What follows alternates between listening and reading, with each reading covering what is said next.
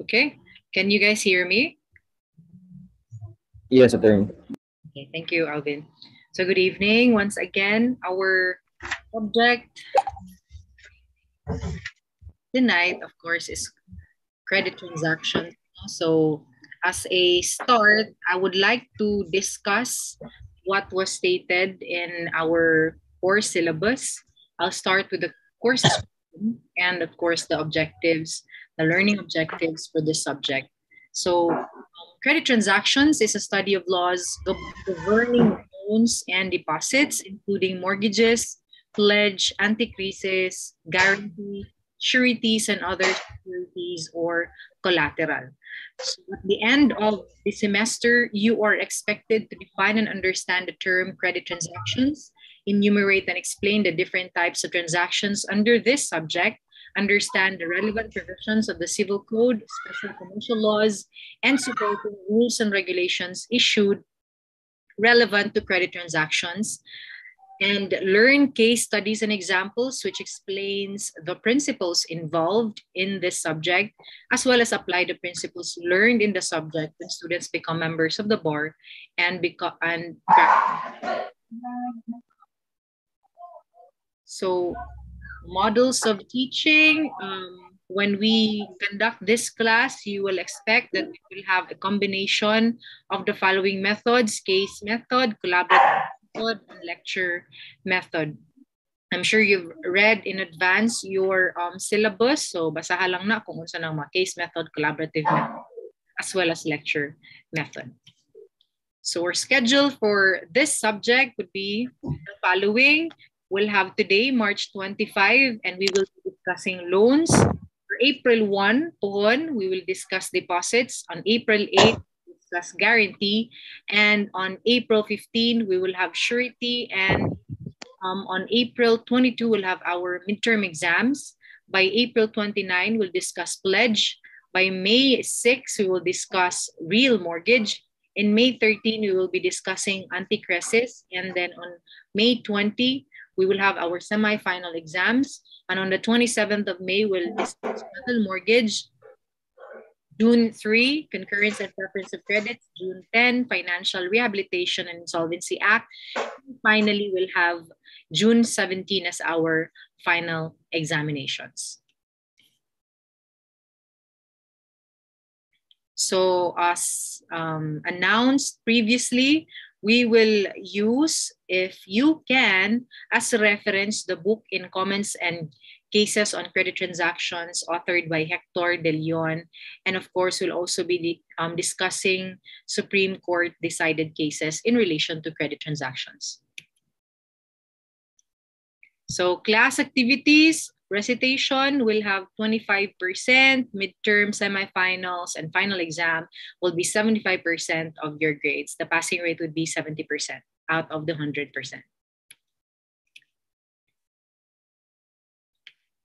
So class policies and house rules.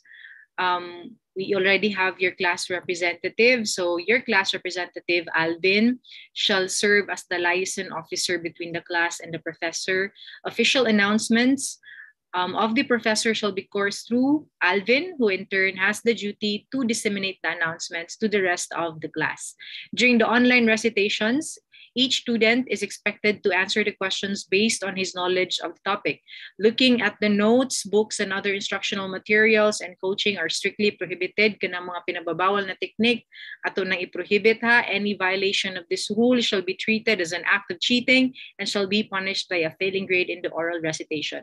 When a student is called to recite, the rest of the class or students shall put their microphone on mute and turn their camera or video off.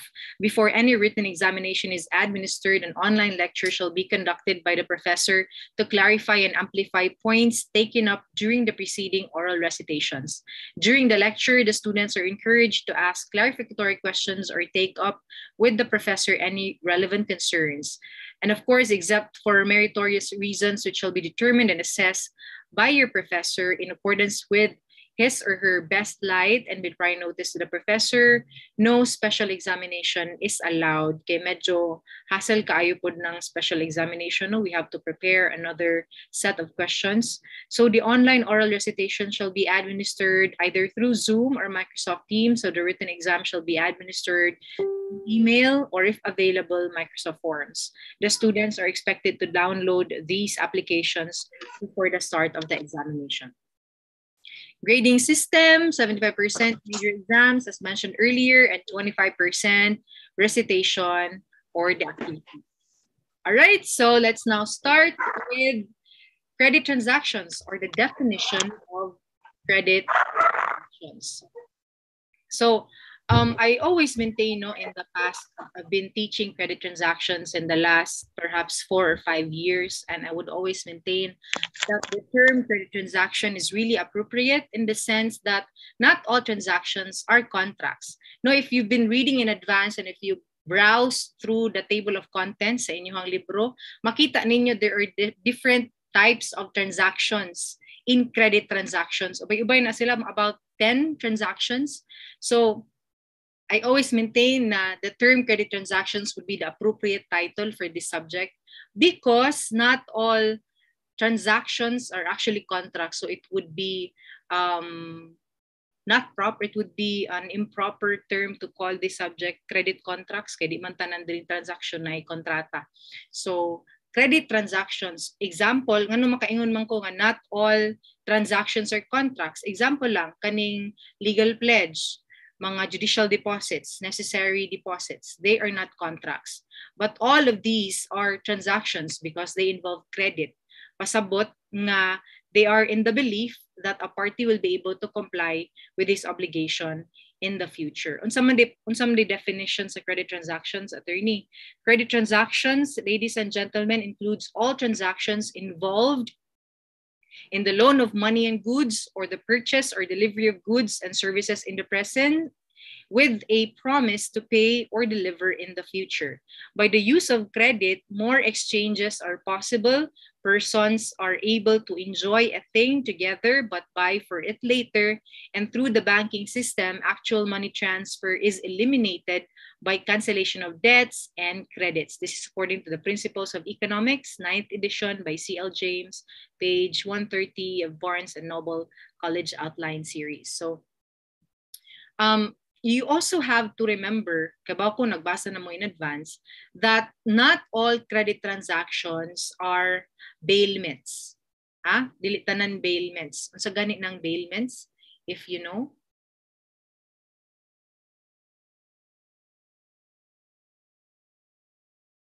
Hello? Yes, attorney. Can I try, attorney? Yes, Alvin. Bailment is the delivery of property to another for some particular use or on mere deposit upon a contract that after the purpose has been fulfilled, it shall be redelivered to the person who delivered it, attorney. Yes. That's correct, no? I would also maintain that thank you, Alvin, that not all credit transactions are bailments. Nga naman, because not all credit transactions would involve the delivery of property of one person to another in trust for a specific purpose, as mentioned earlier by Alvin, with a contract that trust shall be faithfully executed and the property returned or duly accounted for when the special purpose is accomplished or kept until the bailor reclaims it. Later, makasabot mo ha unsay example aning bailment no nga kontrata. So, a good example aning bailment is kanang contract of guarantee kung nakahinumdum mo. In guarantee, the good example wherein I can say that not all transactions in this subject are bailments is the concept or the transaction guarantee. Ano man, in guarantee, the contract may be perfected and later extinguished without anything being delivered to the other party. Also, in a standard arrangement of mortgage, whether it be a chattel or real estate mortgage, wala man po i-deliver ana. Mao nga not all credit transactions are bailments, but there are some transactions in this subject that we call bailments. Mo ganang nay parties nga bailor, bailee, which we will discuss later on, no? Ang example ana ganing bailment is unsa inyong mahinumduman or mahuna-hunaan nga example nga kontrata or transaction that you can actually denominate as a bailment. Unsa inyong mahuna-hunaan, guys? Deposit attorney. Commodatum. Commodatum. Deposit. Yes, kaning deposit, bailment ning ano man because a thing is required to be delivered for its perfection. Pero note lang nga when a question is asked and the answer is deposit, ayo lang gamita ang parties nga bailor and bailee. We use the terms nga dapat assigned to that particular contract. So kung may kag-deposit, it has to be unsa man, unsa may parties anang kinsa may parties sa deposit. Depositary and depositor. Yes, depositor and depositary. Okay? Also, remember that in credit transactions nga mga contracts, kanang mga credit transactions nga contracts, guys, only ang loans o ang deposits are the principal contracts. Unsa ganing principal contracts? Let's have a little review of your oblicon. Unsa ning principal contract? Yes, Val? Attorney? A principal contract is a contract that can stand on its own and will not depend on other contracts, attorney. Yes, that's correct, no? A principal contract can stand on its own. Wala siya nagsalig o lain nga transaction or contract in order for it to be valid or executory. So, unsa may mga example sa principal contract, as I've said earlier, kaning loans and deposits, these are principal contracts. All other transactions in this subject are accessory contracts. Ano accessory contracts? Nagdepend siya sa existence sa principal contract in order for it to be valid, in order for it to be enforceable. So, unsay angay natong mahinumduman, appropriateness of the title, as I've mentioned earlier, and of the 10 or so transactions, only 2 are principal contracts, such as loans and deposit. All other transactions are accessory contracts. And you have to remember that not all transactions under this subject are bailments, okay? Remember that in credit transactions, this may consist of a principal contract, as what we mentioned earlier, and contracts of security.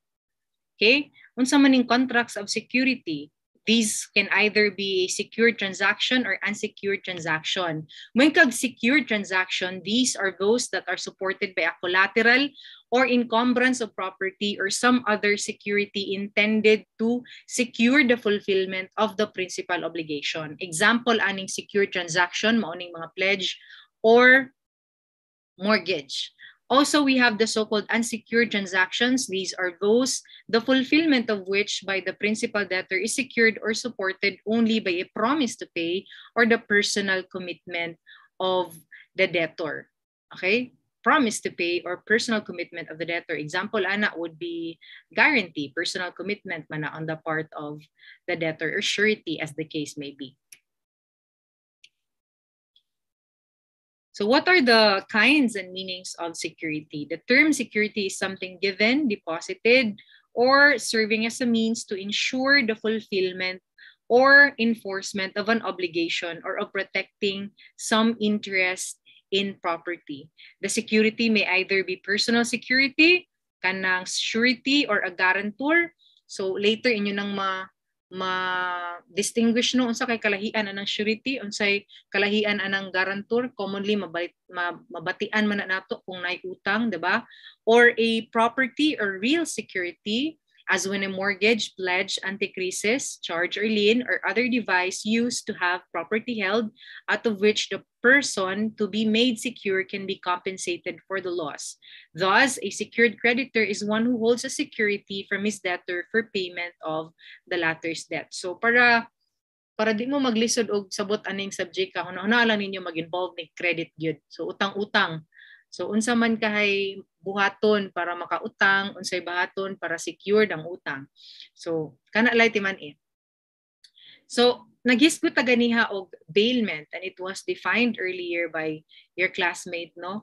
The word bailment actually comes from the French word bailer, meaning to deliver. Okay, to deliver. The term bailment signifies a situation in which one person holds personal property, the ownership of which is in another. Ownership and possession are separated. The person who was in possession is under the obligation to return the same goods, either in the same or in altered form, to the owner, or dispose of them for his benefit when the purpose of the bailment shall have been accomplished. A very classic example of a bailment is a contract of commodatum. Okay? So let's now mag-start atong subject in Article 1933. Kung ako masayop, may nasa akong notes. Anyway, sakto ba ko? 1933? Yes, attorney. Okay, thank you, Vin. So let's first read the definition of a contract of loan. Inyo lang yung timan-an, guys, nga ang contract of loan duha na ka klase. Kaning gitawag natog commodatum o mutuom, or the so-called simple loan. Okay, lahi na silang duha. Unsa may kalahian nila, tan-aw na to ang istorya sa balaod. According to Article 1933, the contract of loan, by the contract of loan, one of the parties delivers to another either something not consumable so that the latter may use the same for a certain time and return it, in which case this contract is called a commodatum. Okay, commodatum. Or a money or other consumable things upon the condition that the same amount of the same kind and quality shall be paid, in which case this contract is simply called a loan or mutuum. Okay? Commodatum, remember, is essentially gratuitous. Ang simple loan may be gratuitous or with a stipulation to pay interest. In commodatum, natanawa, gigamit na ang term nga bailor ha. In commodatum, the bailor retains the ownership of the thing loaned. While in simple loan, ownership passes to the borrower. Okay? Ning pass ang ownership to the borrower in a contract of mutuum. So, unsa may example, who can cite an example aning commodatum? Anyone?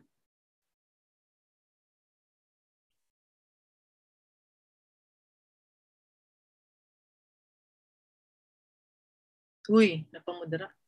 Attorney, lease, attorney. Ha? Lee? Sorry, attorney. Lease of property, attorney. Lease of property. Lease of personal property, attorney. Lease of personal property? Well, to explain, attorney, since commodatum, attorney, is a contract of loan, di ba, attorney, na unsa imong gihulaman, mo sa dang imong giuli, right? Yeah. Right? Yeah. So, yeah, if you borrow a property, that the same property shall be returned to the owner, attorney. Yes. Okay. Sige. A very good example of commodatum is when panalitan ako, manghuam ko ni Jim og libro, and I would promise Jim to return the book next month. Kana nga contract, commodatum na. Kanang huam na to ba? Huam ko ballpen, commodatum na. Huam ko og unsa man sinina.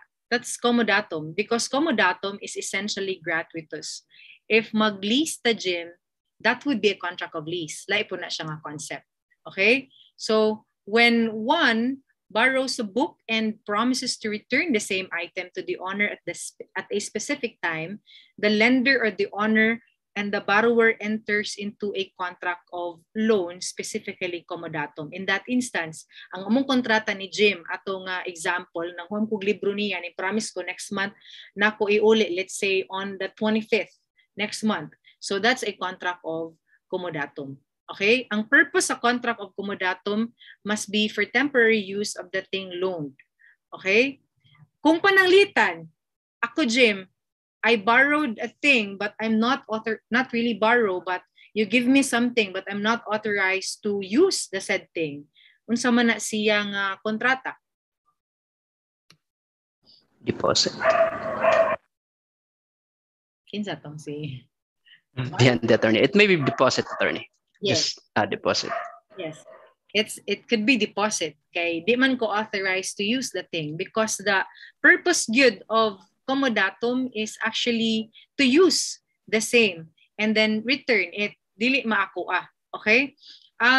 You have also to remember that in Commodatum, there is this special kind of Commodatum known as precarium. Precarium, from the English word precarious, which is unstable. So in precarium, if you've read in advance some of the articles under this chapter, the bailor can actually demand the return of the thing at will. At will meaning at any time, pwede pa ngayon ni Jim sa ako ang libro. That contract of commodatum or that kind of commodatum is that of precarium. Okay? At any time, pwedeng mawa ang ako ang katungod to borrow or to hold of that book na akong gihulaman. Walay period, walay particular purpose. So, the bailee in this case, the bailee, ako would have the right to use the thing by mere tolerance lang. Okay? So, again, as I've said earlier, kung ang pangutana is that of precarium, you have to answer nga kani nga kind of commodatum is precarium. Do not just say nga commodatum ni kinanghuwam.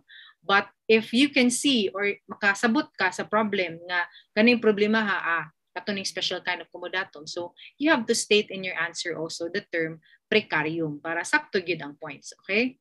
Unsa may relevance nga nung naghisguta kung precarium siya or ordinary type of or kind of commodatum siya. Ang effect magud ani kay if there is a period agreed upon within which the bailee can actually use the thing, the rule is si bailor, si Jim in this case, cannot demand the return of the thing until its expiration. Okay? Bisan pag gratuitous ang contract of commodatum, si bailor, si Jim has to respect my right as a bailee. Kaya nagsabot man mi na may mo ganing na kontrata, contract of commodatum. So, pero kung precarium ni siya, it doesn't matter kung 2 ka adlaw or 1 ka adlaw ron akong nagamit ang libro because Jim in this case can always demand the return of the book at any time, at will, because precarium man siya. So, you just have to know the distinction, okay? So, timani, ang general rule in the contract of commodatum is na siya period. If you agreed on the period, you have to respect the right of the bailee and dapat dili nimong i-demand ang return if wala pa na-expire ang period. But there are instances in the subsequent articles nga na exception. Bisan pa o wala na-expire ang period over which the bailee can actually use the thing loaned or the thing borrowed, pwedeng ma-demand ni bailor ang return sa thing if there are instances nga makommit niya. Unsa may example ani? Example kay kung dalhon ni Jim or kung panalitan si Jim mag-exam na siya inig let's say tomorrow sa credit transactions yan ang ko sa iyang credit today. So there's an urgent need on the part of Jim to use the book. So he can always demand the return of the thing. Question, is the contract of commodatum between me, the bailee, and the bailor Jim already extinguished upon the return of the thing at that particular instance? Na-extinguish ba pag ingon ni Jim, kanang Darch, ako sang kuwaon ng libro kay very urgent kaya ako need because tomorrow I'll be having an exam sa credit transactions. In that case, na-extinguish ba ang kontrata namo sa commodatum? No, I think attorney. yet. Not yet, I think yet attorney. No, attorney. Only suspended, attorney. Wala pa ha, merely Because suspended lang. temporary lang, attorney. Yes, okay. Suspended lang ang contract of commodatum, wala pa na-extinguish because of humanang period. In that case, because of the urgent need, the bailor, in this case, Jim, can always demand for the return of the book that I borrowed from him. Kani ko na example. Pananglitan, si A. Si A, gipahuwam niya og, let's say, sakyanan si B. Okay? Si A, nakakuha mo si A, gipahuwam na sakyanan si B. Unya karon, the sakyanan should have been used for a period of 1 year. So dapat, let's say from today, March 25, 2022 kutob March 25, 2023. But on, let's say, September 25, 2022, si A, example lang, gi-rape niya ang anak, si B, gi-rape niya ang anak ni A. Pwede ba nga moingon si A, the bailor in this case, nga ibalik ng sakyanan? Or suppose mo demand si A nga ibalik ang sakyanan, can B, the bailee, interpose the defense nga you cannot demand yet the return of the thing because of an expire, ang period over which the contract of commodatum must be effective. Yes, attorney. I think it depends, attorney. By way of ingratitude, attorney. Sige, ang ano man to? Kahit tungod sa ingratitude? Yes, attorney, but it depends, attorney, if the daughter is still under the parental authority, attorney. Yes. So, nag-study na mo daan. Yes, that's actually correct. Depends, no, kung ang ground here is the ingratitude, an act of ingratitude on the part of the bailee under the law on donations, I think, law on donations.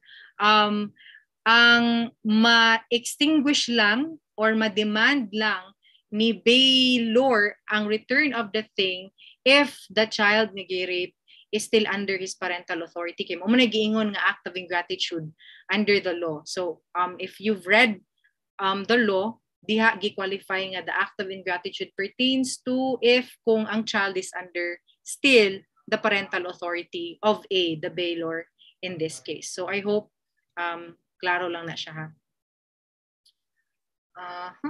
Okay. Let's now go to the characteristics of loan. In commodatum is purely personal to the effect nga kung mamatay ang either parties, extinguish ang contract of commodatum. In simple loan, however, bisan pa, it's not personal. Bisan pag mamatay ang either parties, the obligation to pay the loan is still existing. No, di na siya ma-extinguish. The obligation will not be extinguished upon the death of either of the party because it is not a personal obligation. Now, as to commodatum, the cause is essentially gratuitous, as what we mentioned earlier. But in simple loan, it could be gratuitous except kung naay stipulation in writing to pay the interest. Okay, to pay the interest. But you have to remember, guys, nga in simple loan, kaning exception nga, it can be onerous if the interest is expressly stipulated in writing. So it must be stipulated in writing. What do we call this type of interest? We call this the monetary interest. This is different, guys, from the interest that may accrue because the debtor incurs in delay. Okay? Duha man ni ka type of interest. When we talk about monetary interest, mo nang i-impose nimo panalitan. Muutang ko ni Jim og 100,000 with the promise to pay an interest of, let's say, 10% per annum. Jim cannot claim 10% per annum if that promise to pay is not stated in writing. Okay? Di na niya ma-demand. We call this type of interest as the monetary interest. Kaning giingon nato diri nga the simple loan becomes onerous if you expressly stipulated in writing to pay an interest. But we also have the so-called monetary interest. Unsa man ning monetary interest? Mao ni siya ang interest nga ma-incur sa isa ka debtor in case ma-delay na siya. Okay? This is the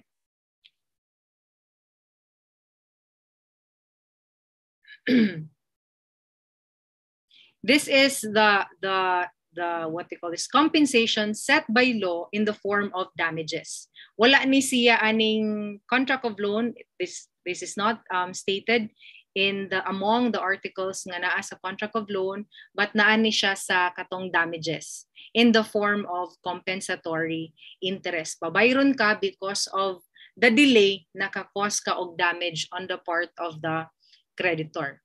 Okay? Kanida, example ko na, guys, if ever Kami ni Jim, nagsabot mi or nangutang ko niya og say 100,000 and nagsabot mi nga ang interest kay 3% kada buwan. And it's in writing. Okay, it's a monetary interest provided for in writing. Suppose di ko kabayad, can Jim, let's say in 1 month time, can Jim, pila man ang makuha ni Jim ang interest kung tag 3% per month? Pwede maklaim ni Jim tanang 3%, pila ng 3 times 12? 36. Pwede makuha ni Jim ang 36% interest for the entire month kung wako kabayad, ana guys? No, attorney. Attorney. It is contrary to law. It's contrary to law? Yes, attorney. Because I think that 12% per month is too much, and if I'm not mistaken, under the law for 1 year, it should like 6% or 7%, I guess, for 1 year. So in this case, it could be a total of 36% for a year. So that interest is like too much, attorney. In the past, some would call that interest usurious, but because of the suspension of the enforcement of the usury law, we will call this type of interest as unconscionable, exorbitant, excessive, may ana lang a term. I do not use anymore usurious, okay? Therefore, bisan pa og ang amuang kasabutan ni Jim is for me to pay 3% interest per month, the interest can be lowered to the legal rate in the percentage of pila man ang legal rate. 6%. 6%, attorney. Absolutely. 6%? No distinction? From I think June 2013, attorney. I'm not. I think it's around mid 2013 man siguro, attorney. 12% before and 6% after. I'm not sure, attorney. Okay. Starting July 1, 2013 onwards, wala na distinction whatsoever ang legal rate, no? So 6% na siya per annum. But in June 30, 2013, paubos, 12% pa ang legal rate when it comes to loan or forbearance of money. Okay, so timanin lang ninyo kay basig na ay pangutan ng mga dates ba, ma-technical niya ta. But from July 1, 2013 onwards, wala na distinction ang legal interest. So ang legal interest is fixed at 6% per annum. But prior ana June 30, 2013 paubos, 12% when it comes to loan or forbearance of money, 12% per annum ang legal interest. Okay? Another thing is Commodatum is principal and a real contract, sama sa itong gisgutan ganiha. And then simple loan also a principal and a real contract. Unsa ganitong real contract, guys? A review lang of your oblicon. Real contract is a loan, or it's a contract perfected upon delivery of the object of the contract. Yes. A real contract is a contract that needs delivery of the thing loaned in order for the perfection of the same. Okay? Meaning, di ka hold in default if wala ka naka-receive of anything.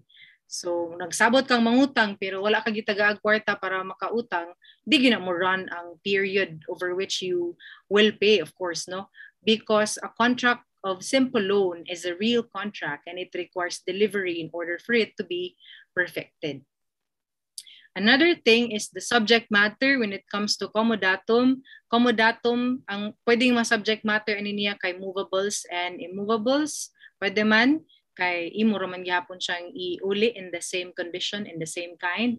Ang simple loan, only movables, only consumables. But according to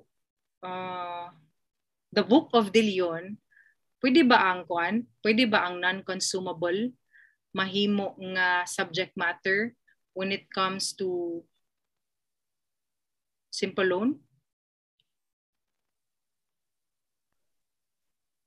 Guys? Diba, in Commodatum, ang subject matter could be movables and immovables. Pwede sad siya og Non-consumable, of course, kaya ang imo mangiuli ang the same kind. But kung consumable, pwede bang mahimong subject matter sa Commodatum? Unahon na itong Commodatum ha. Pwede ba ang Yes, consumable attorney. mahimong subject matter? Yes? Yes, attorney. Pwede, attorney. Kung? Say, for example, for exhibit purposes, attorney. Yes. If the purpose for the contract is for mere exhibition, pwede. Now, in simple loan, diba, generally only movables, only consumables. There's no provision as to non-consumables. Question, can non-consumables be also a subject matter of simple loan? Non-consumables like atong libro, atong gisgutan ganiha. Pwede?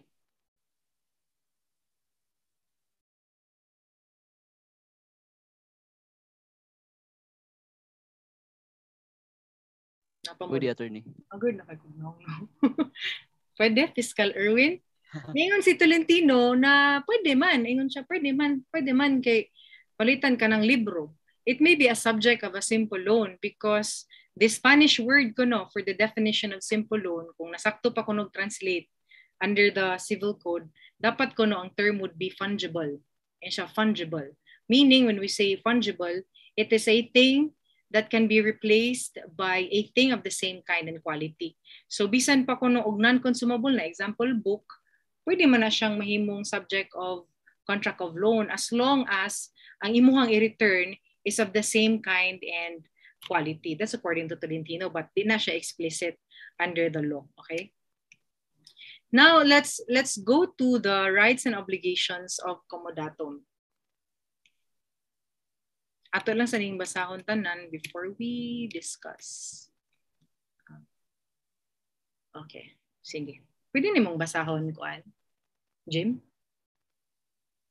Ang slide. Lihog. Yes, attorney. Rights and obligations, Commodatum. Obligations of the bailee. Article 1941. The bailee is obliged to pay for the ordinary expenses for the use and preservation of the thing loaned. Article 1942. The bailee is liable for the loss of the thing, even if it should be through A427. First, if he devotes the thing to any purpose different from that for which it has been loaned. Two, if he keeps it longer than the period stipulated or after the accomplishment of the use for which the Commodatum has been constituted. 3, if the thing loaned has been delivered with appraisal of its value unless there is a stipulation exempting the bailee from responsibility in case of a fortuitous event. 4, if he lends or leases the thing to a third person who is not a member of his household. And 5, if being able to save either the thing borrowed or his own thing, he chooses to save the latter or his own thing. Article 1943, the bailee does not answer for the deterioration of the thing loaned due only to the use thereof and without his fault.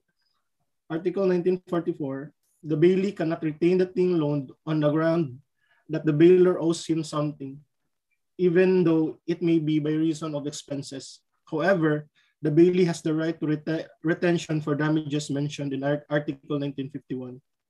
And lastly, Article 1945, when there are 2 or more bailees to whom the thing is loaned in the same contract, they are liable solidarily.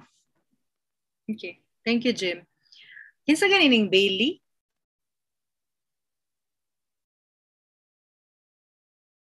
Borrower. Bailee? The recipient, the borrower of the thing, attorney. Yes, Silver, borrower of the thing. The bailor is the owner of the thing borrowed, diba?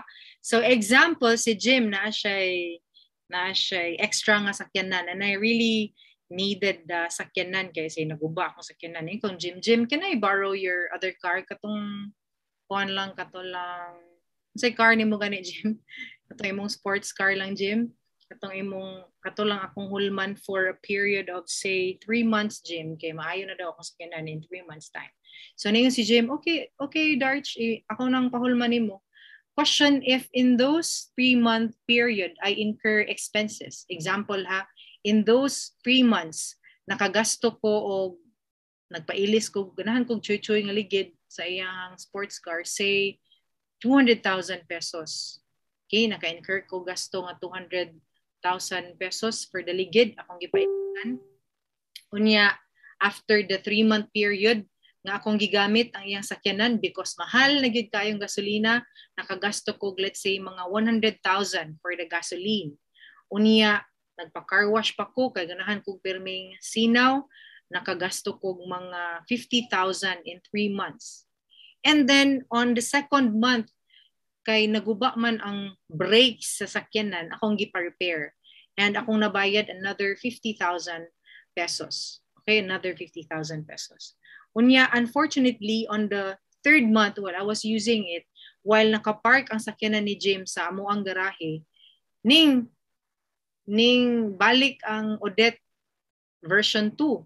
So, natagakan siya o let's say mga atop. So, naguba. So, I had it repaired for the amount of 200,000 pesos. Question, in those expenses that I incurred for a period of 3 months, unsa man ato ang pwede na akong maklaim from Jim for reimbursement o unsa man ato ang dili na ako maklaim for reimbursement? Anyone? This will be graded. Bihante, attorney. Bihante. Yeah, sige ba. Thank you. So for the cases that will be there will be reimbursement is first the last one, there is a Bagyong Odette. So and also the brake reimbursable, and tanan dili na pwede ma-reimbursement ang ligid because for the ligid for ornamentation because you just want it to like kanang nindot nga ligid, so it cannot be reimbursed because that's under ornamentation. Gasoline as well, though it is for preservation or use, but I should say it's just like an ordinary because of course or ordinary use, for ordinary use only. And for car wash, it's only also for ordinary use, so no reimbursement. And what else? Yep, 5. Or an attorney. Dohara ang pwede ka ma-reimbursement ang sa Bagyong Odette o sa brake. For brake, I should say it's an extraordinary expenses. Thank you.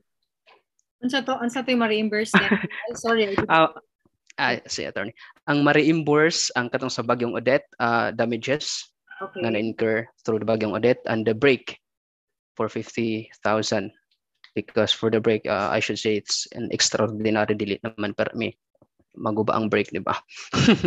For the gasoline car wash, so cannot be reimbursed, dili pwede because it's ordinary use.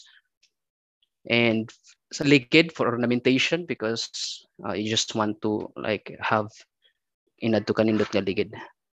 So tulo attorney ang dili pwede ka how ma-reimburse. Okay. Ang opinion, attorney. Thank you. Any other answer? Attorney. Attorney, can I add? Ayan, attorney. Can I add? Si Lungayan. Sige, Lungayan, and then after ni Lungayan, si Kuan. Si Hope. In Bagyong Odette, attorney, he must dili siya maka-reimburse attorney because it is fortuitous event, attorney. Pero dili siya dili pwede ma-reimburse kay in fortuitous event. Ano ba? Ano ba? Ay, naglibog ko. And then I mean, attorney, kay kung sa ligid, attorney, or gasoline, dili siya maka-reimburse, attorney, kay gigamit man niya, attorney, ang gamit nga iha, cause as a rule, attorney, the borrower must take good care of the thing with the diligence of a good father of the family under Article 1163, attorney. Then, fortuitous event man, attorney, so kailangan i-reimburse niya ang tag-iya sa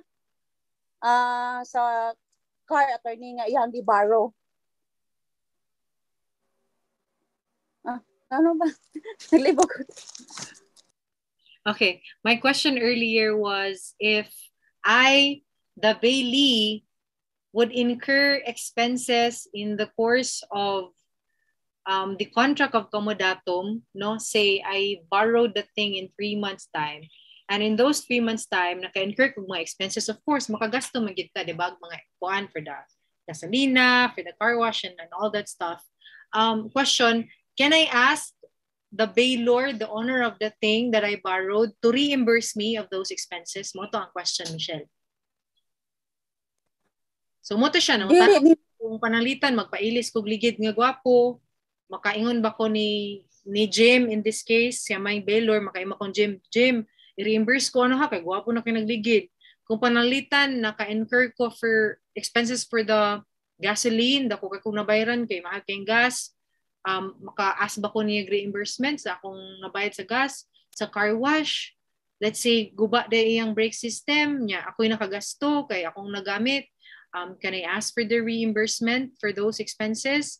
What if naay bagyong Odette and then naguba ang iyang sakyanan because of the bagyong Odette and then I incurred expenses for it to be repaired? Can I also ask for reimbursement from Jim being the owner of the car? Ahaman ato of all those expenses nga reimbursable o kung sa man ato ang dili pwedeng ma-reimburse. So ang example nato earlier was this, no?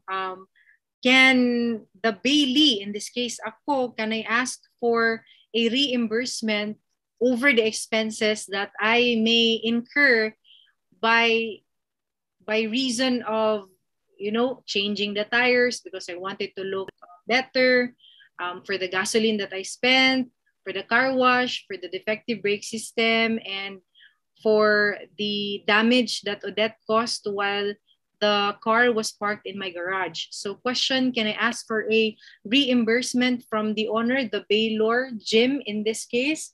The thing that you have to consider is to make a distinction whether the expense is necessary for the use and preservation of the thing borrowed.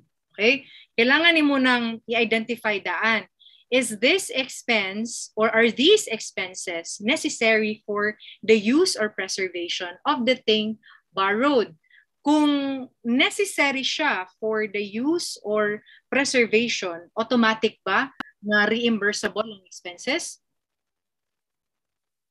Automatic? Nakabaw na ka nga, it's for the use and preservation. Kinahanglan na akong spend because kung di na akong spend, of course, ma-deteriorate, maguba ang sakyanan, or di na ako magamit ang sakyanan. If it's necessary for the use or preservation, dili sad automatic, guys, nga reimbursable.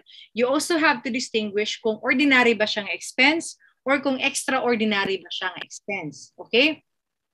Unahon na to, kung gasolina atong isgutan, is it necessary for the use or preservation of the car? Yes, no. Yes, attorney. Yes. But question, is it an ordinary expense or extraordinary expense? Ordinary. Maka-ask ko reimbursement? Yes, no. No, attorney. Because it is an ordinary expense, no? Kung ordinary, niingon man diri, the bailee is obliged to pay for the ordinary expenses for the use and preservation of the thing loaned. That's provided for in 1941, di ba? Karon, ikaduha, ang expense na ko, car wash. Is it necessary for the use or preservation ng car wash? Yes. attorney. Yes, attorney. Otherwise, magtaya ng sakyanan or worse, magagaras-garas kung di na gid malimpihag tarong.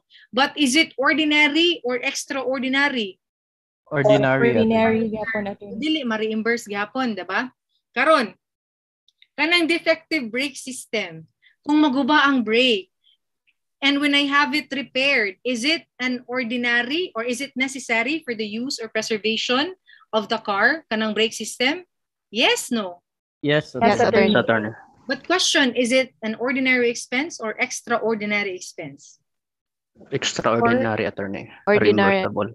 Ordinary attorney. Yes, it's Extraordinary, attorney. It's extraordinary. Yes, Ano attorney. extraordinary man? Kay, it's not everyday nga ang brake system sa sakasakyanan maguba na. Kanang sakyanan is gihimo gina siya ang brake to ensure nga way aksidenteng mahitabo. So kung maguba na siya, it's not an ordinary expense but that of an extraordinary expense. Now, kay bao naman kang extraordinary, can I ask for reimbursement from Jim? Yes, attorney. Depends, attorney. Sa may nakadepende.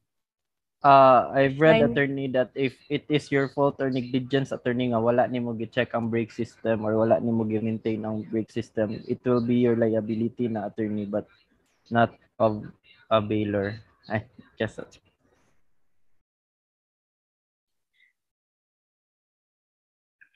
I think if there is a stipulation for different apportionment, attorney.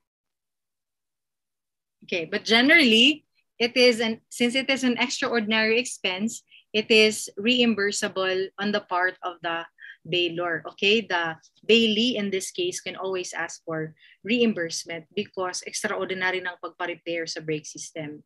Kaning pananglitan, guys, what if the damage is because of a fortuitous event? And katong instance nga ang sakyanan ni Jim nakapark sa amo ang garahe, but because of Odette version 2.0 nang lupad ang mga atop and naigo ang sakyanan ni Jim and I had it repaired. Can I ask for reimbursement from Jim for the repair of the car that he loaned to me? Yes, attorney, 100%. As in absolute? Yes, attorney, 100%. Because that the car was parked in the garage, right? And then it also not falls under the Article 1942 in which the bailee should be liable. So yeah, 100%. But if the car is while in use and there's a fortuitous event, then that would be 50-50. You are citing 1942? Article 1942, attorney. Article. Sure ka? In which the bailee should be liable even there's a fortuitous event in cases if, for example, he keeps longer than the period stipulated. For example, in this case, I cannot ask for reimbursement if you are citing 1942 because I will be liable. No, what I said earlier, it did not fall under 1942, so that's why the bailee is can ask for reimbursement. Okay.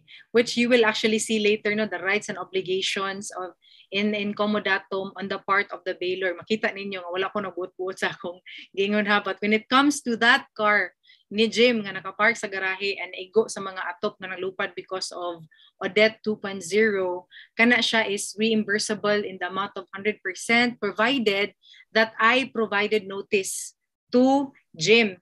Kay panalita, dapat mo yun ko ni Jim, ako nang ipa-repair niya, mao ni siya ang costing. So, niyon si Jim, okay. But if ever, kaya nga naman, pwede magod na makaingon si Jim nga, ari lang na ipa-repair because it's cheaper. Okay? Kung wala ko niya naghatag og notice, dili ko maka-ask for reimbursement. But remember guys, nga kung ang damage through fortuitous event was incurred while the car was actually used, kung gi-use na ko ang car, unya nagbuot-buot jud ko bisag kay ba kung naibagyo niya, nagsakyanan jud ko, then naigo ang sakyanan, ang hood naguba, can I ask for reimbursement for its repair? No, attorney. Attorney. No, attorney. Article 1942 will govern. 1942. 1949. 1949. Paragraph 2. If the thing was damaged through fortuitous event while being used, I can only ask for reimbursement in pila 50%. 50%. Yes, attorney. Lastly, what about the tires? Katong sa to, rim or something nga gipagwapo nako. Is it necessary for the use or preservation? For the heck of it lang gid, ganahan ko nga gwapo siya tan-awon, mosamot siya kagwapo tan-awon. Is it necessary for the use or preservation? No, attorney. No, attorney. No. Yes, it was just for ornamentation and under the law dili siya reimbursable. Okay? Di siya reimbursable. So of the expenses that I mentioned earlier, ang maka-ask og reimbursement is the repair on the defective brake system and katong car nga na-park as long as I provide notice on the part of Jim. I hope klaro na ha? Klaro ra? But what if guys, what if ang car was lost or destroyed because of a fortuitous event? Can me, walay qualification whatsoever ha, because of a fortuitous event, can me as the bailee be held liable for the damage caused because of the fortuitous event? Diba, the general rule under law on oblicon, I will not be held liable because, diba, a person cannot be held liable for events which could not have been foreseen except kung ang balaod nag-provide nga malayable ko. Kung fortuitous event, generally, you will not be held liable, diba, in your oblicon. But niingon sad si law on oblicon, except kung ang balaod mismo nag-ingon nga even if the loss or the destruction was due to a fortuitous event, you will be held liable, aka na malayable ka. So in this case, because of Article 1942, bisan pag niingon ang balaod nga the loss was through a fortuitous event, the bailee in this case may be held liable for the loss of the thing. Unsa man ang una? Una, if he devotes the thing to any purpose different from that for which it was loaned. Gihuwaman na gay nako kay para himo na kong service unya ako yung gihimong grab. Gihimo na kong grab car. So if maguba na siya or kung mawa na siya, I will be held liable because I use the thing that I loaned for any other purpose and the purpose is different from that which it was actually loaned. Ikaduha, if he keeps it longer than the period stipulated or after the accomplishment of the use of which the commodatum has been constituted. So na-delay na ko. Unya ikatulo, if the thing loaned has been delivered with appraisal of its value unless there is a stipulation exempting the bailee from responsibility in case of fortuitous event. Example, nang huwam ko sa sakyanan ni Jim, ginan jud kung Jim kibaw ka ani Darch kaning sakyanana kay tag 3 million jud niha, timan 3 million ni siya, gitagaan ko niya sa appraisal of its value. And if it's lost because of a fortuitous event or if it's destroyed because of a fortuitous event, I will be held liable because iyang gi-delivering thing with an appraisal of its value. Sunod, if he lends or leases the thing to a third person who is not a member of his household. So gipahuwam na gani ko, ako pang gipahuwam maglain. If ma-destroy or ma-loss ang thing, I will be held liable. Kani, if being able to save either the thing borrowed or his thing, he chose to save the latter. Ang nanghuwam ko sa sakyanan ni Jim, o niya, let's say example lang, naisunog, instead of saving sa sakyanan ni Jim, akong gisave kaya akong motor. So of course, diba, I will be held liable because instead of saving the car that I borrowed from Jim, I saved my own. That's also an act of course, ingratitude. I hope klaro running among articles on the part of the obligations of the bailee ha. Let's see the obligations of the bailor katong atong gihisgutan gani ha. Article 1946 provides that the bailor cannot demand, diba? Cannot demand the return of the thing loaned till after the expiration of the period stipulated or after the accomplishment of the use for which the commodatum has been constituted. However, if in the meantime he should have urgent need of the thing, he may demand its return or temporary use. This is what I said earlier. In case of temporary use by the bailor, the contract of commodatum is only suspended while the thing is in possession of the bailor. Okay? The bailor may demand at will and the contractual relation is called a precarium.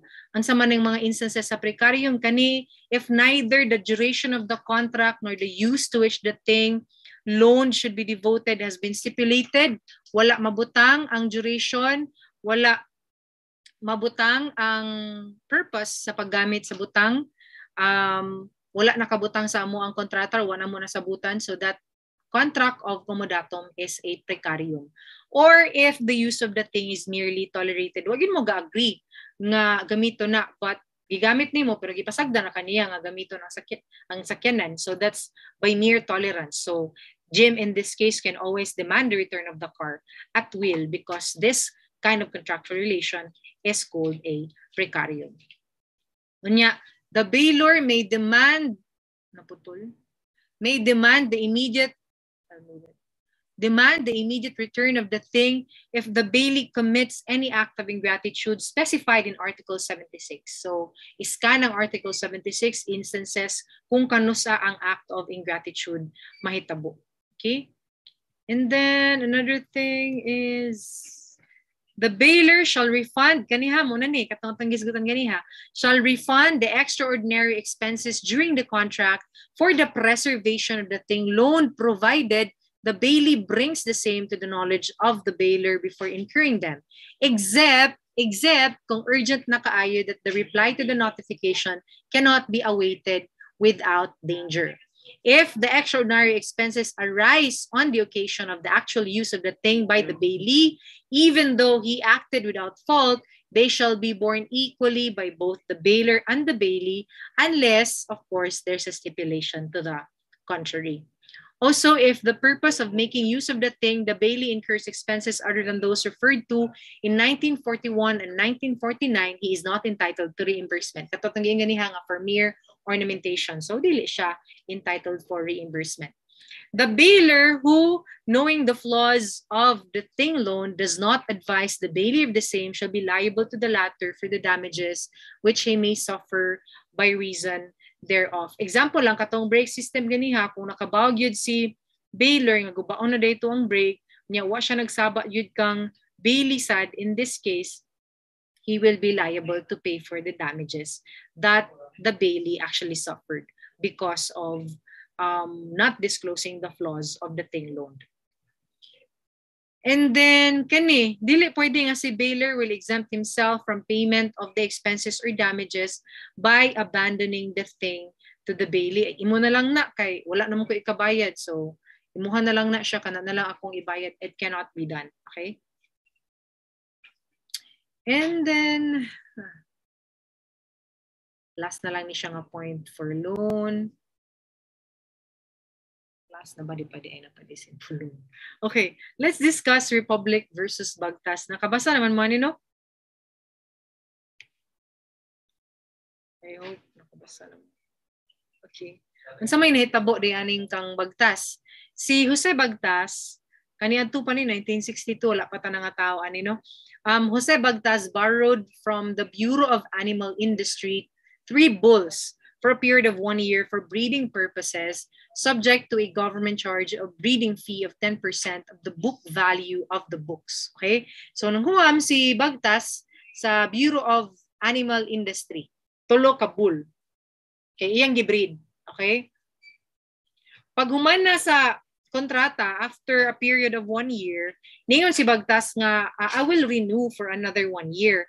However, the Secretary of Agriculture and Natural Resources approved only the renewal for 1 bull. Usara, ang duha, ningon ang Agriculture and Natural Resources Secretary, uli ng duha. Usaray akong i-approve for the renewal. But pagkahuman upon learning the denial of the Secretary of Agriculture and Natural Resources, si Bagtas then wrote a letter to the Director of Animal Industry that he would pay the value of the 3 bulls with a deduction of yearly depreciation. The Director advised him that the value cannot be depreciated and asked Bagtas to either return the bull or pay their book value. So pabayaran niya ang book value. Karon, wagid bayarin ni Bagtas. Wasad niya giuli ang mga bull. Okay? So the Republic in this case commenced an action against Bagtas, ordering him to return the bull or to pay their book value. So after hearing, the trial court ruled in favor of the Republic. As such, the Republic moved ex parte for a writ of execution, which the court granted. Si Felicidad Bagtas, asawa ni Bagtas, ito pa nga ni Bagtas, sa ito pa nga ni Bagtas, guys, Jose, limot naman ako, ni Bagtas, Jose, asawa ni Jose, si Felicidad, and the administrator of the estate of Bagtas returned the 2 bulls. Yung giuli, ang 2 ka bull. And file a motion to quash the writ of execution since ang usa kuno ka bull can no longer be returned kay namatay siya because it was shot during the Hook Balahap raid. So it was killed by gunshot during a Hook raid according to Felicidad. The court denied, of course, the motion. Hence, kaning appeal was certified by the Court of Appeals because ang issue raani are only questions of law. Okay? Pure questions of law were raised in this case. Ang issue ra gyud ani kay whether or not the contract was a commodatum. And kung commodatum man siya, whether bagtas can be held liable for its loss due to force majeure. Unsay tan-aw ninyo?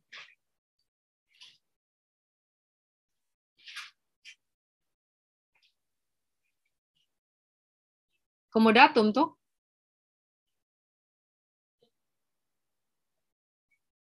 Yes, attorney, Commodatum. Okay. No, attorney.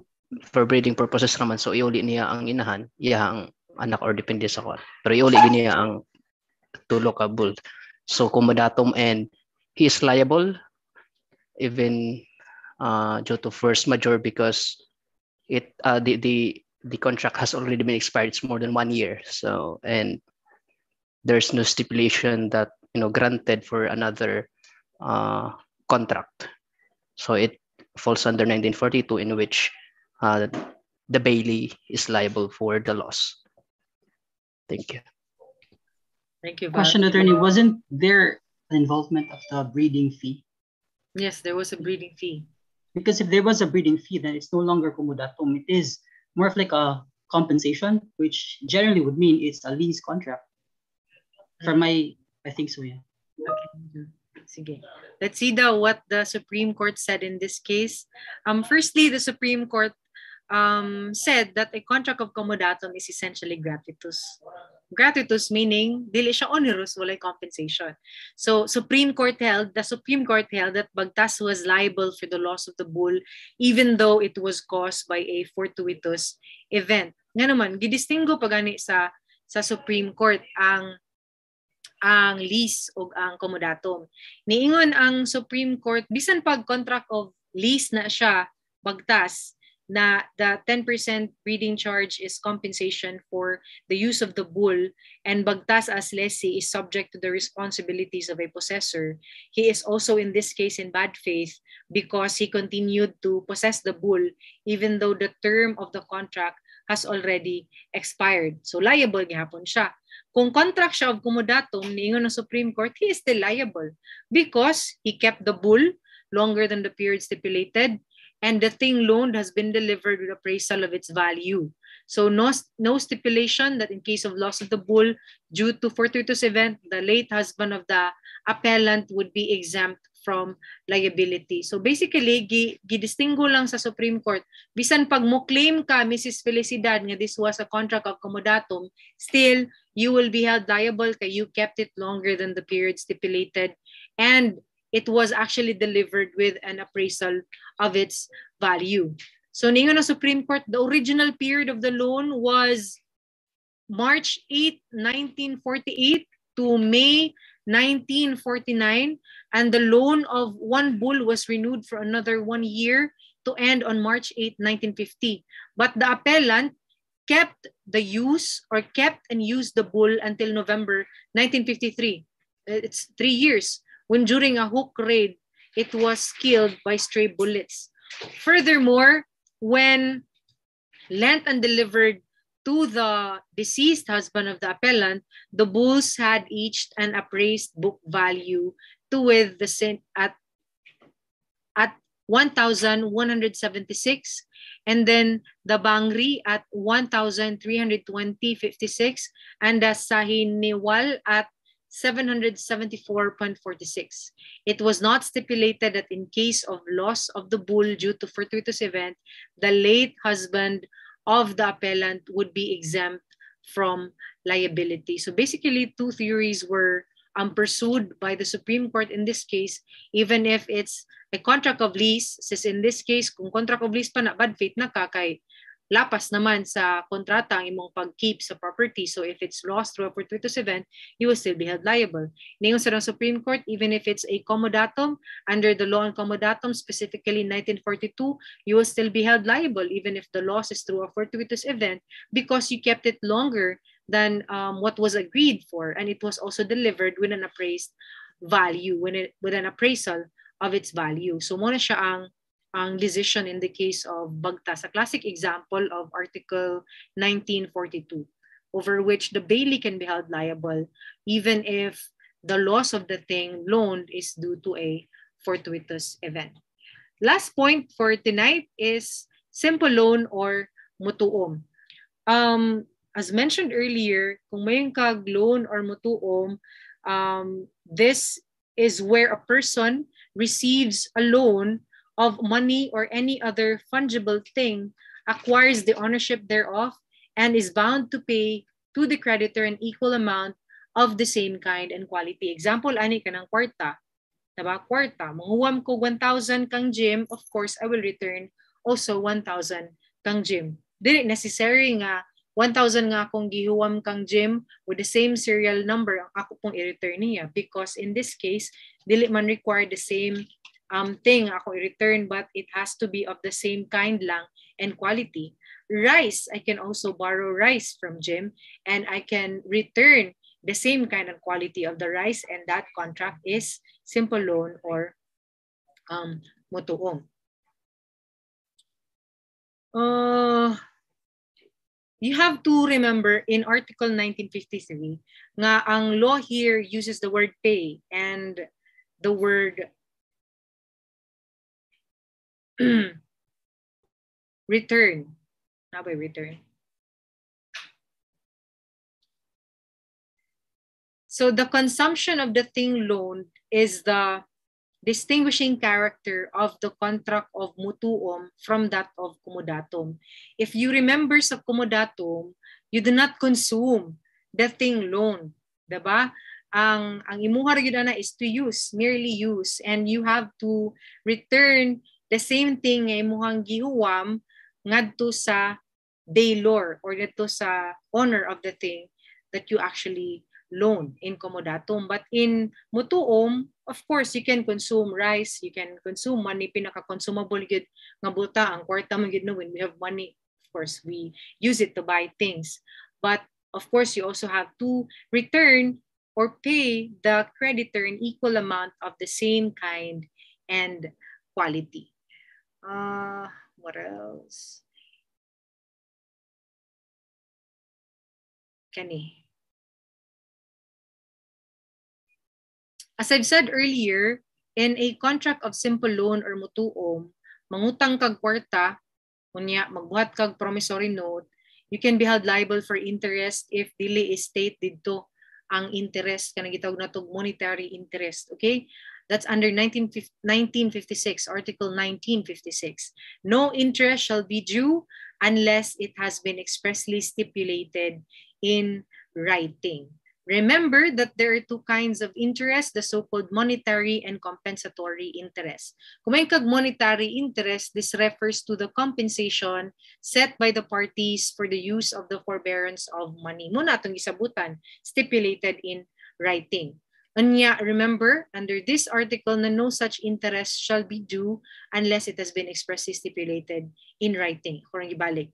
But on the other hand, pwede sad kang makapaningil og interest even if it is not stipulated in writing. We call this the so-called compensatory interest. This refers to the penalty or the indemnity for damages imposed by law or by the courts. Okay? Kani nga interest are those mentioned in Articles 2209 to 2212 of the Civil Code, and this applies to compensatory interest. These interests are in the form of damages. We call them compensatory interest. Di na siya kinahanglan nga in writing because it is the law or it is the court that actually imposes the same.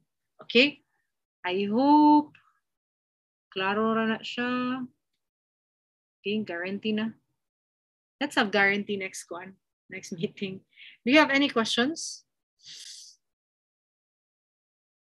so far?